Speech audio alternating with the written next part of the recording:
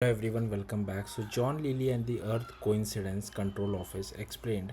So ever wondered why dolphins were once seen as most alien-like intelligent creatures? Why shows like Flipper, Sequest, DSV, and even games like Echo the Dolphin made them feel almost human? Well, a lot of that traces back to one man, John C. Lilly, and this documentary, John Lilly and the Earth Coincidence Control Office, dives deeper into this bizarre, fascinating, and sometimes unsettling world. At first glance, Lilly seems like a classic scientific pioneer. In the 1950s, he was a serious researcher who was genuinely believed that humans were just 10 years away from communicating with another intelligent species, not aliens but dolphins. He even went on television calmly explaining this idea, sounding confident, rational, almost convincing.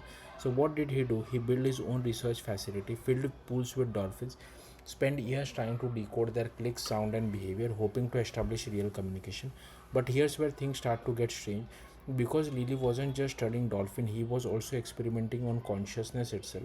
Deeply involved in the psychedelic movement of the 1960s, he uses substances like LSD and ketamine, not just on himself but on dolphins too. Yes, dolphins. His work slowly drifted into a blurred line between science, science fiction, and something far more controversial. At times, it even feels ethically disturbing, but interestingly, the documentary doesn't judge him. It doesn't try to paint him as a hero or a villain. Instead, it just observes, and that's what makes the film unique. Rather than being a typical biography, it's more like a collage of ideas narrated in a calm, almost hypnotic tone.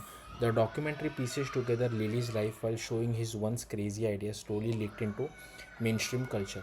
Because whether his science was valid or not, his influence is undeniable. You start seeing his fingerprints everywhere in films like 2001 A Space Odyssey, in altered consciousness stories like Altered States, even in environmental movements like Save the Whales, and yes, even in Echo the Dolphin, which is literally named after Lily's Earth Coincidence Control Office.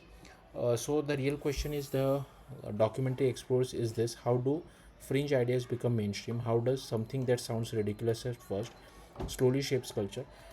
The film also mirrors Lilly's own obsession with the human mind. He invented the isolation tank, originally meant for sensory deprivation experiment. In the documentary, there are moments where visuals disappear completely and you are left with just sound, like you are inside one of those tanks yourself. It's immersive, a little disorienting, and honestly kind of hypnotic. But here's the catch: the film can feel overwhelming. There is a constant flow of information, ideas, and references, and it doesn't always hold your hand. At times, the best way to experience is to just let it wash over you, which is in a strange way feels exactly like what Lilly himself was chasing. In the end, this isn't just a documentary about dolphins or psychedelics or even John Lilly. It's about something deeper: the human desire to understand consciousness, to connect with something beyond ourselves, and maybe to escape what it means to be human in the first place. Because his voice in the film puts it, it's very difficult to be human, and maybe that's the mystery Lily was really trying to solve. So, a strange, hypnotic, and thought provoking documentary that's less about answer and more about the journey into one man's extraordinary mind. So, I'll give it a 3.5 out of 5. That's it. Thank you for watching. Bye.